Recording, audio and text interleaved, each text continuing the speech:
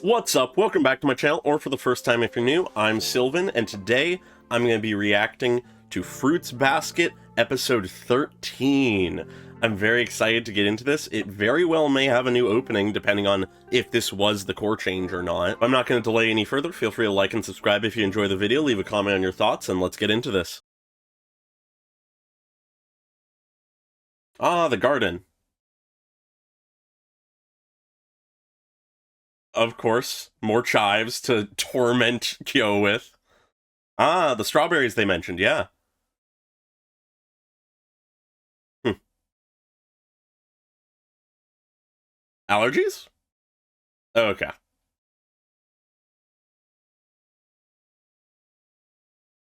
Hm. Aw, he's hungry.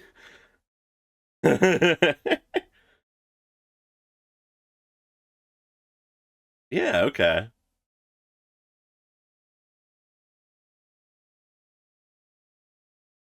Okay, only a few days. That's good, that's good. It's not hanging over him. Another Zodiac? That's the only reason I can think for random clothes to be out on the ground. Yep, snake.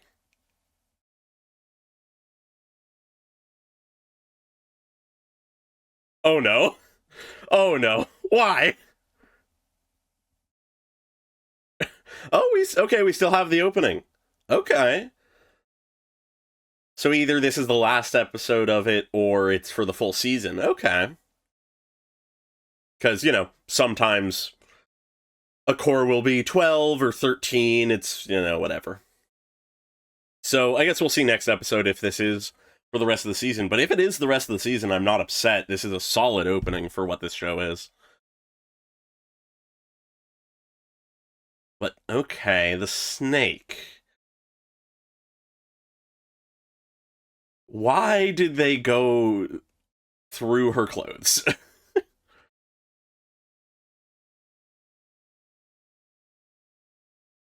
Very curious to see who this person is and why they were already a snake. It seems like they were coming this way towards the garden or something, which is interesting because I'm pretty sure the garden was supposed to be sort of secret.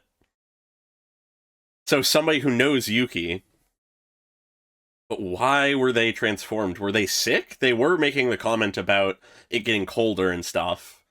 And we know that getting sick can cause transformation as well. That's my guess.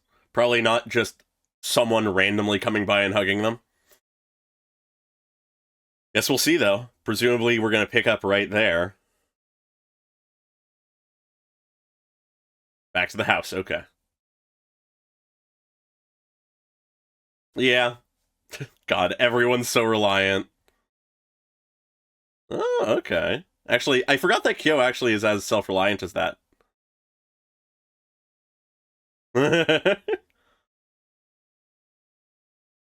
Oh my god. Look at Shigure.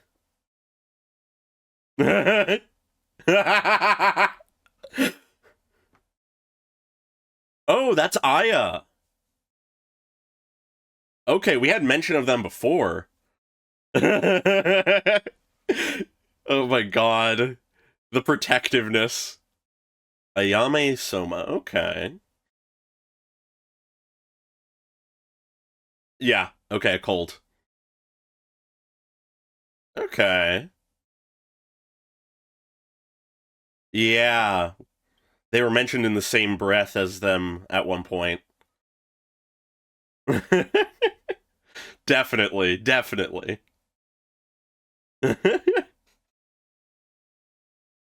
Yeah. Oh, I can guess. Oh. Oh boy. Oh no. Oh. So this is the personality?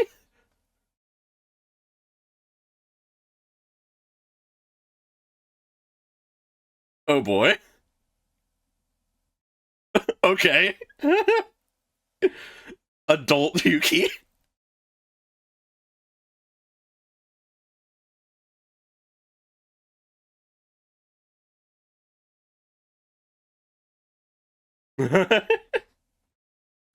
Chunkichi? Oh boy.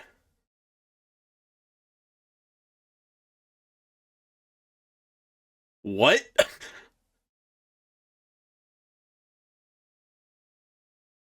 What? Yeah, a bit. Just a little. Someone who actually aligns with Shigure.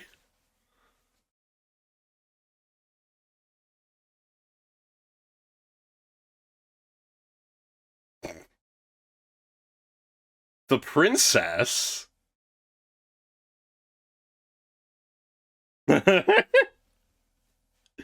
Oh my god. Yeah, you're annoying him. Okay, sure. Oh no. What the fuck? Yeah.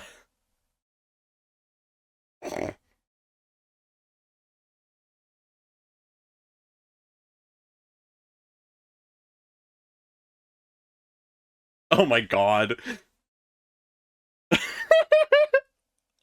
These two are destroyed by that. Yeah, no, this is nothing of Shigure. Jesus Christ. Okay, even they are questioned for their femininity.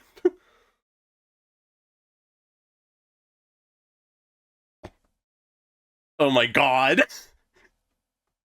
This guy.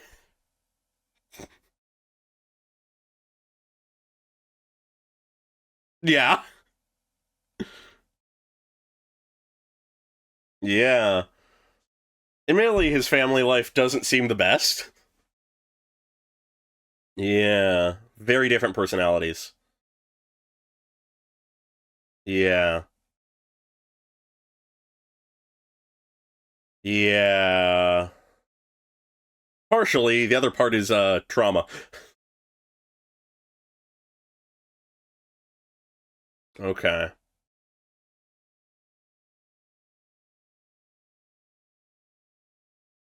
I mean, 10 years is a lot, and that isolation definitely doesn't help. Yes. Is that why you came?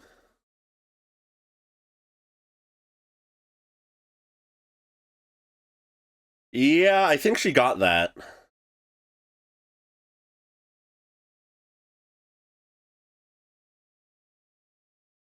Yeah, okay, was just checking in on him. Yeah. Toru's doing work. Ah, yeah. Try to bridge that gap.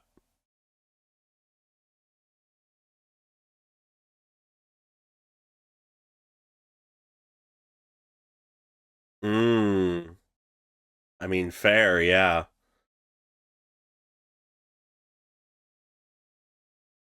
That's just growing up, though. Oh, fuck. A time that Yuki tried to reach out. Okay.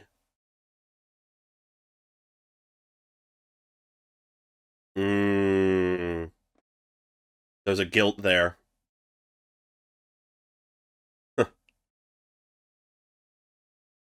Mmm. Invoking her mother. It is a unique experience.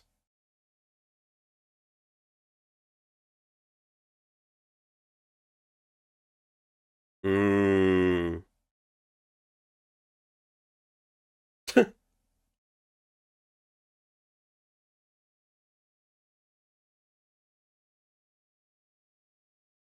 Yeah. Yeah, no. Remembering how to, like, your inner child is very important. I'd say so.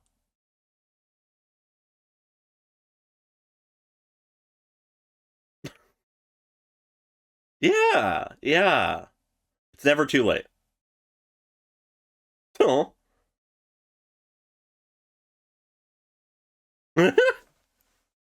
Oh my god. Yeah, she is incapable of accepting praise for herself. Ah. Wow, okay.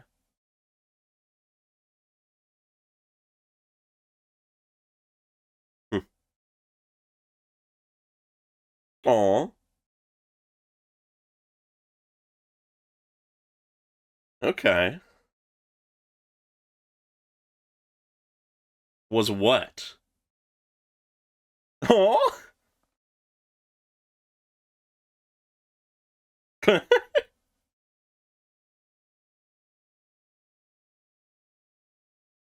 So worried.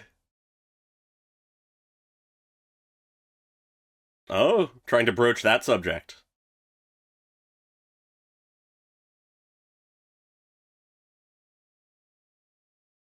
Fair. He does seem difficult at times. Yeah.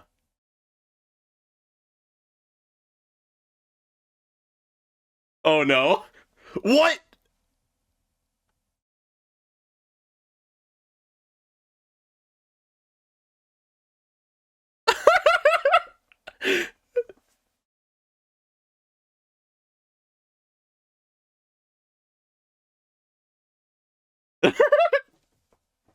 Okay. He's trying.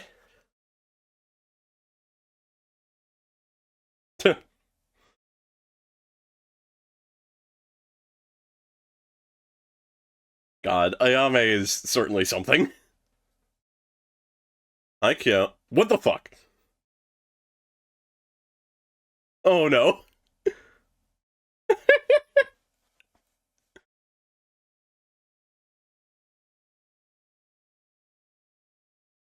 Oh my god.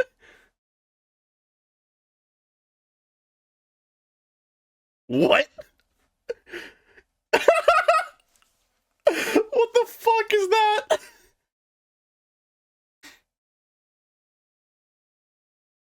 That is, I think, the worst option. Yeah, maybe. Someone who is overly close with people, uh, alongside the two overprotective boys.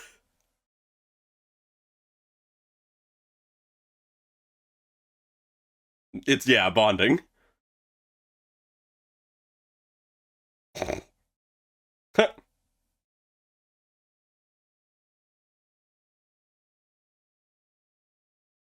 Maybe? Probably more just disappointed or upset.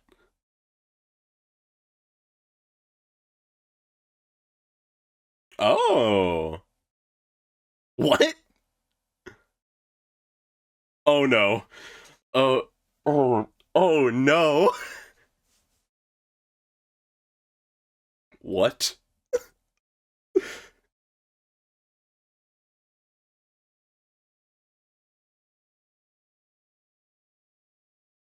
Jesus Christ. Yeah. Oh. Nice. Okay.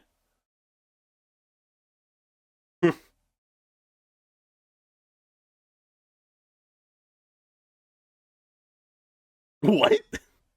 I sometimes forget how strict Japanese school rules are.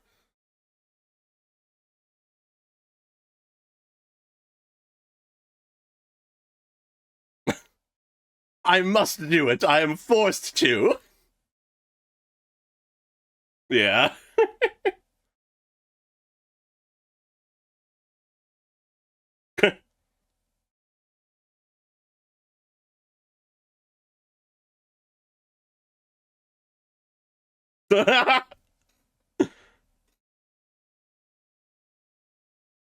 No, you're not.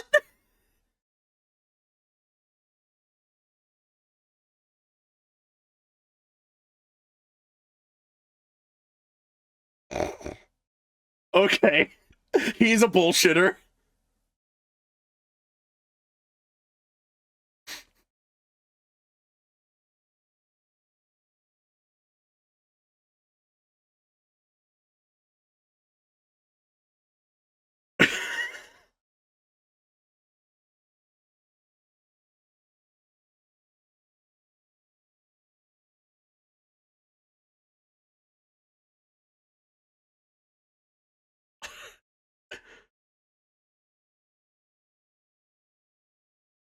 Yeah, yeah.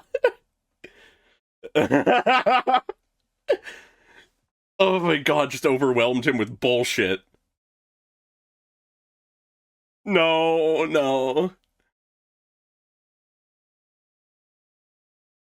That is insane. Oh? What?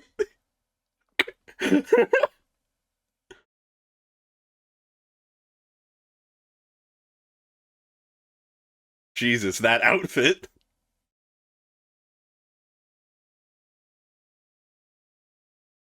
I imagine.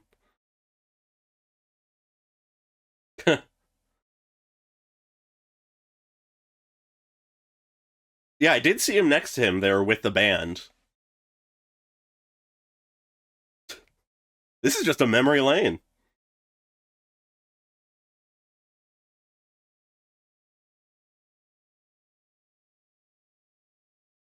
Yeah. It's gonna go wrong, though. Oh my god!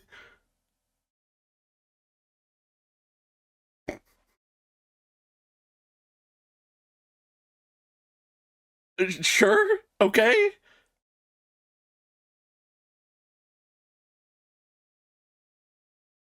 Yeah. They were already bored with that.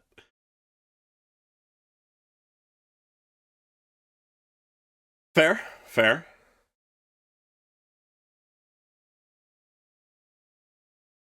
Ah.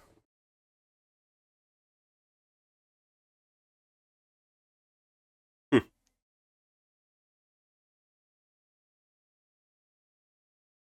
However,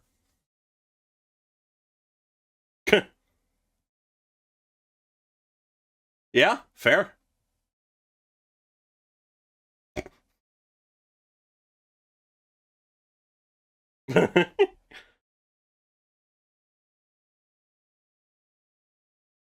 No, it's just he likes to yap. Give him something important to yap about and he will. What?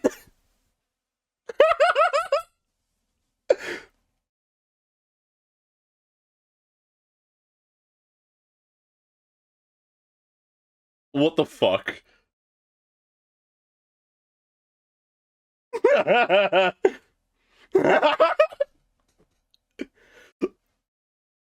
I'm a too much information, man.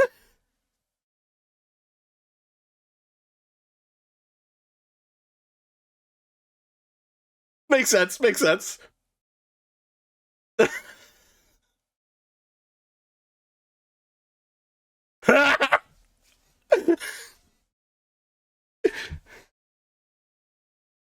Oh my god. The rift. Yeah, this is fun.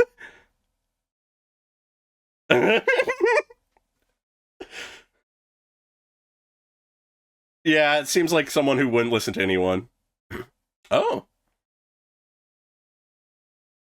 Oh, okay. Hattori, the trio.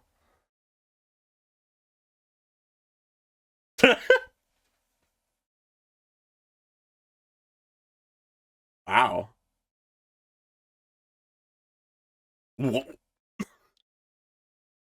So he listens to Hattori, no one else.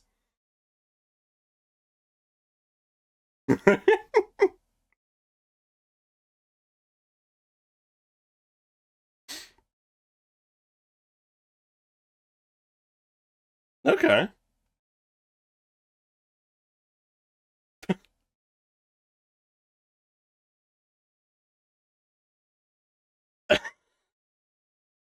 Yeah, it would seem.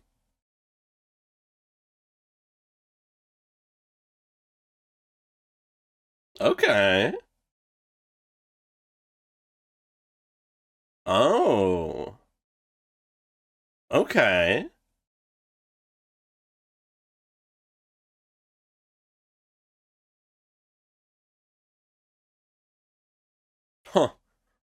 Okay.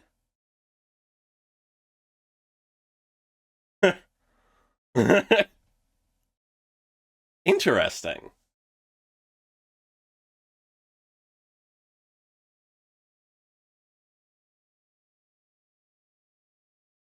Hmm. Yeah. Yeah. Hmm.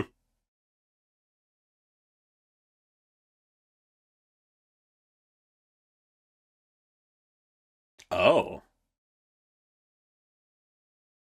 Ah. Hmm.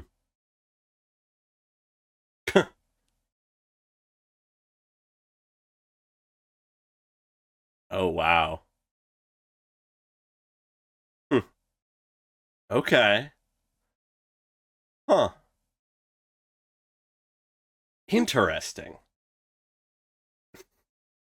Yeah, that's a way of putting it. Oh, she's trying her best.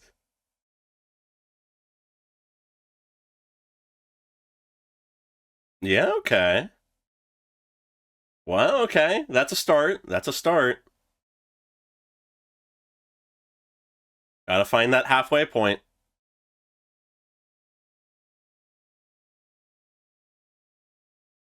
Oh my god.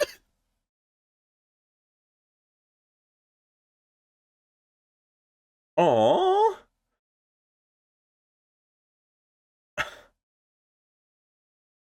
Okay.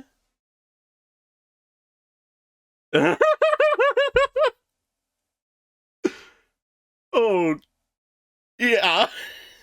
Oh my god. Oh my god, this episode. Ayame is certainly a character. This is a really fun episode. It absolutely is entirely an Ayame introduction. That is what it is. But we do, of course, get some aspects of other characters in the process. Focusing in on Ayame, though, because he was the focus of the episode, his introduction is certainly something. Unlike every other member of the Zodiac so far, where we've met the person and then need to figure out what member of the Zodiac they represent, Ayame starts as a snake and then returns to human form once we have already seen them and interacted with them as a snake. More specifically, he ends up going into Toru's clothes for heat. He is a snake after all, heat is a necessary thing, but also it lines up with his incredibly wild personality. He's this very outgoing, extroverted, flippant, no filter person who will just do and say whatever they think they should in that moment, regardless of any social boundaries. And very quickly we are able to more explicitly see this very outgoing, almost flirty, flippant side of him. But there is also a drama to everything they say and do. They exude a passion and excitement and drama in everything, but it is also tinged by that playfulness. And this playfulness becomes truly the forefront the moment they start interacting with Shigure. This is the first character we have met who truly can match Shigure's freak. Though I don't necessarily think that they are being serious in a lot of their statements and implications about their relationship, at the very least, they are absolutely on the same wavelength of just fucking with each other and other people and joking about things, if not actually being serious about their hypothetical love life. As one of the first lines out of Ayame's mouth to Shigure is, "You better not have cheated on me during our time apart." And Shigure, of course, just matches this, saying no man would do such a thing while he had you in his life. Both of them can enter this state of just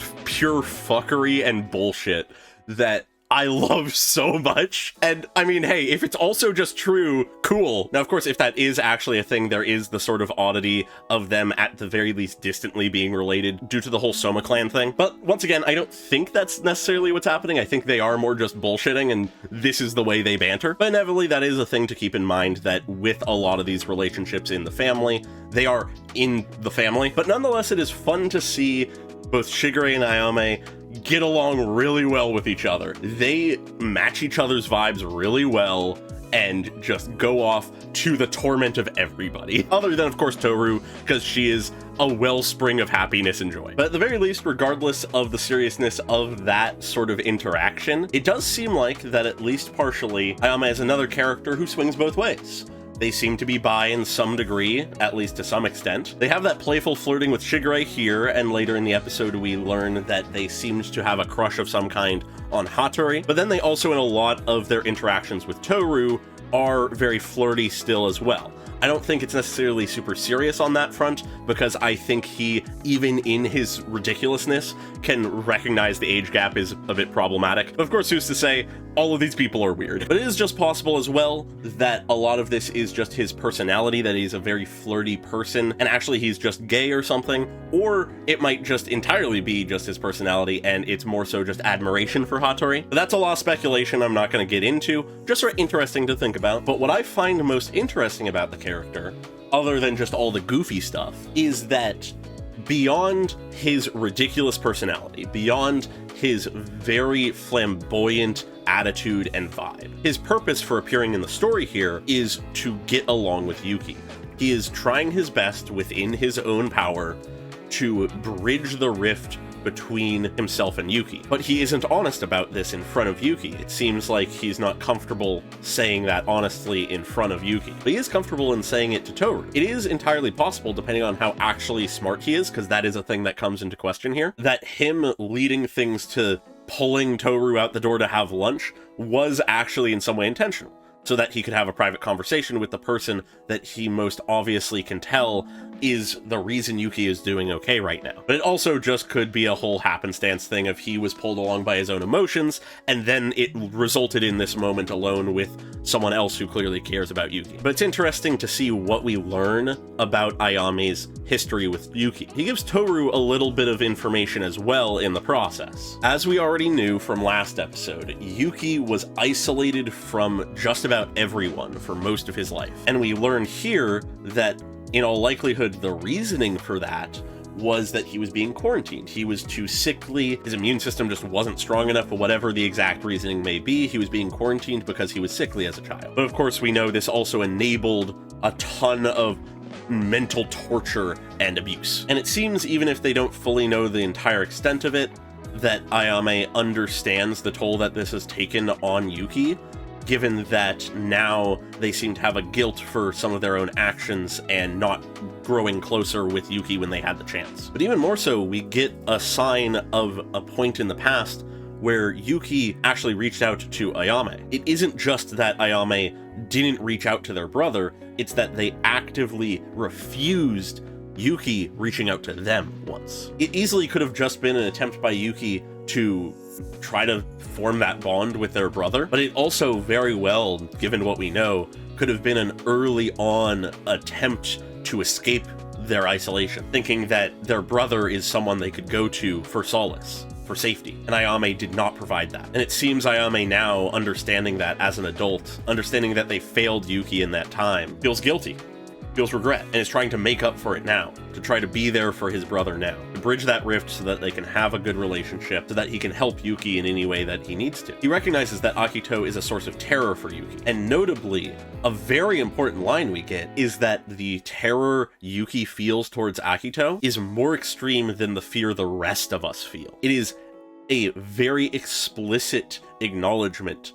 Akito controls the family through fear. That is not a secret, that is a known factor. Perhaps some of the reason why Ayame pushed away Yuki when Yuki reached out to him was because he did not want to draw the ire of Akito to himself. I could see that. Shigure is the only person we've ever seen actually oppose Akito directly. He does it through schemes, but he has opposed him. Yuki and Kyo have their antagonism, but we have not seen Kyo directly interact with Akito, and Yuki is too terrified to actually do anything. So perhaps that fear was also stopping Ayame that time as well. But at the very least now he's trying to make up for it. We learned that he came here less so to meet Toru and more so to make sure that his brother is okay. In a slightly selfish way, hoping that Yuki would be in a bit of a rough spot that he could help him out with, seeing it as an opportunity to bridge that gap. But what does he find? Yuki is fine. It's only been a few days, and he expected Yuki to be very messed up from that experience, but Toru was there.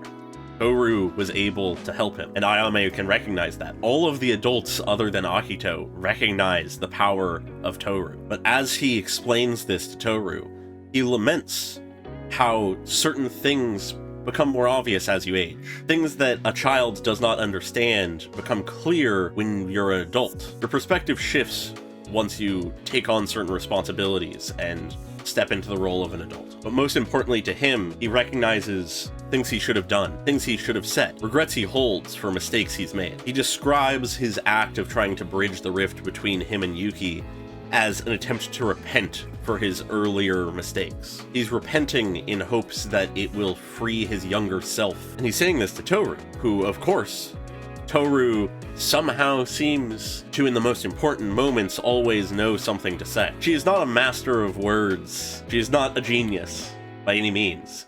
But her mother did pass on quite a few gems down to her. Even if her mother wasn't perfect either, there is some powerful things that her mother passed on to her, and now she is passing on to the Somas. The story she tells of her mother is one of trying to remember your past, your childhood self, what you were like when you were a child, not forgetting that inner child, so that perhaps you may be able to understand and communicate better with those younger than you. When you become a parent or need to bridge that gap between a younger sibling and yourself, remembering how you felt at that age, remembering what you were like at that time, may not get you all the way there, but it can get you to a compromise. It can get you to the halfway point where, as long as your hand is out, you can only hope the other person comes there halfway to you. It seems that is a theme that goes through this episode, trying to meet halfway, even if you don't understand a person, or question their actions, or can't forgive them for past mistakes. Accepting them at the halfway point, making that compromise. It's something that, after we hear this from Toru, is repeated thematically throughout the episode. First and foremost, we get this in the form of Ayame trying to put these words into action. He clearly was in some way moved or motivated by Toru's words, and so he tries, in his own deranged way that does not work at all, to bridge that gap, to meet at the halfway point. But of course, due to his own flamboyance and conflicting personality with Yuki, it doesn't work out in this case, especially because the way he's doing it involves him being in Toru's clothes and then coming out as a surprise. But beyond that, we also see this at a few other points. When Ayame and Hattori are walking away from the house, they have a conversation about Yuki and about Ayame and the way that they interact. And in that, when Ayame is saying that he's struggling to reach the heart of Yuki, Hattori simply says that Yuki isn't stupid or anything, he's just a kid. He's still learning. He doesn't know how to make the concessions, the compromises needed to bridge such a gap, to find mutual understanding, to meet halfway. Here, it's made to be an idea of that is something that adults learn to do. Those little compromises that are necessary in adulthood are something you learn along the way, which to an extent I think is true, but also not universal. It's a good lesson to be learned, but I don't think all adults learn it. And then we see this meeting halfway theme again immediately after, when Toru and Yuki are talking, and Yuki has his first real moment of acknowledging something that he actually appreciates about his brother. But what I find interesting about it is Toru doesn't look to Yuki and have the memory of what her mother said of we can at least meet halfway, but she looks from Yuki to Kyo. It makes me think that she is considering what this means and that idea, not only for bridging that rift between Yuki and Ayame, but also Yuki and Kyo. She wants them to be friends, and she understands that Kyo has his issues with that. But it's here that she's seeing that Yuki has the capacity to at least acknowledge something good about someone that he otherwise seems to detest. And so she looks to Kyo thinking, can that happen there as well? And then the last time we get a sense of this in the episode, this theme of meeting halfway, is honestly a surprising one. One that I didn't necessarily expect, but I really appreciate. At the very end of the episode, we have Yuki coming to Haru just at school at the end of the day, and saying thank you for looking out for me. Because prior in the episode, the reason why Hattori came for Ayame was because Haru told Hattori Ayame is over at their place and is probably bugging Yuki, and Yuki is actually acknowledging that. Haru is someone that he's largely blown off, largely not acknowledged Haru's feelings for him. But perhaps after this interaction, after this failed attempt from his brother to bridge the gap, whatever it may be, Yuki found it in himself to, even if he can't understand Haru, even if he doesn't gel with him at all, he found it in himself to at least thank him for something kind he did for him. And we see that this is touching for Haru, something he legitimately appreciates, to be thanked for something he did. It's that meeting halfway that's happening. Even if Yuki does not share the same feelings that Haru does for Yuki, it doesn't mean that they have to be antagonistic towards each other. It doesn't mean that Yuki can't thank Haru for all that he's done for Yuki. There can be a middle ground. There can be a point where Haru's affection for Yuki can exist without opposition, but without overstepping its bounds, and that Yuki can be appreciative of that. It is a good case of that being put into practice to close out the episode, which I really appreciate it being there. But to return to Ayame, for just a few other details, one thing that is incredibly obvious about him, as has been established, is he loves to talk. I mentioned this a little bit in the reaction itself, but it seems like Ayame is not necessarily a stupid person.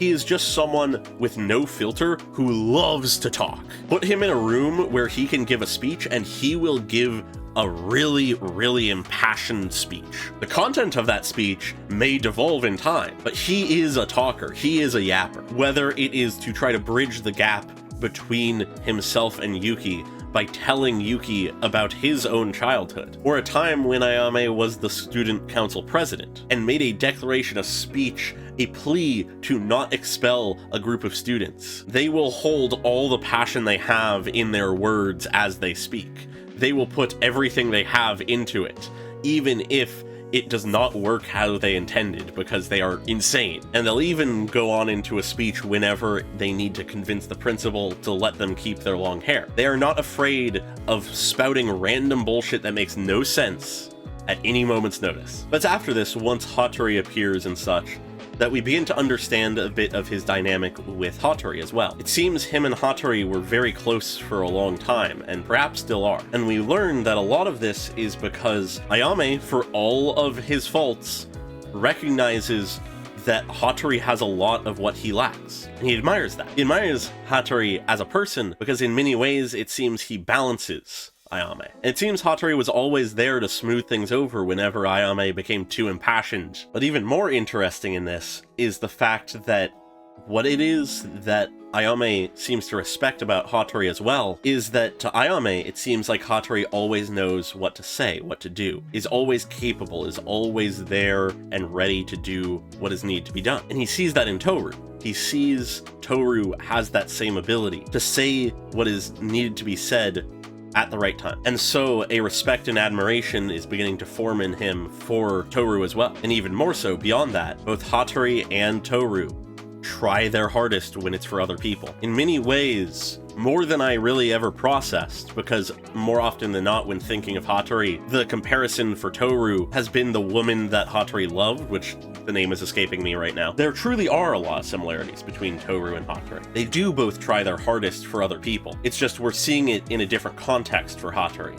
Hattori is someone broken who does not have that same passion in themselves anymore that Toru has, if they ever had it. Hattori is someone who refuses to let themselves be happy, thinking they don't deserve it. But that does not change that Hattori is doing what they can for others. He did what he thought was right to protect the woman he loved. Though he claims to be neutral, he is more and more so siding with Shigure, at least philosophically, and agreeing with him. But beyond that, I don't necessarily have too much more to say about the episode, because realistically at this point, most of the other characters were much more side characters. Almost entirely the focus was on Ayame and the stuff that I already touched on for the other characters. And for any interactions with characters like Yuki, or Kyo, or Shigure, or Haru, most of that was largely in character already. Stuff that isn't necessarily as remarkable. It was just either funny banter or things I've already touched on in previous stuff, which is always good to see. I very much appreciate the stuff that happened in this episode beyond just the Ayame stuff, but a lot of the meat of what's happening there I've already touched on. So I think I'll sort of leave it there. Feel free to like and subscribe if you enjoyed the video, leave a comment on your thoughts, and I hope you all have a great day. Goodbye.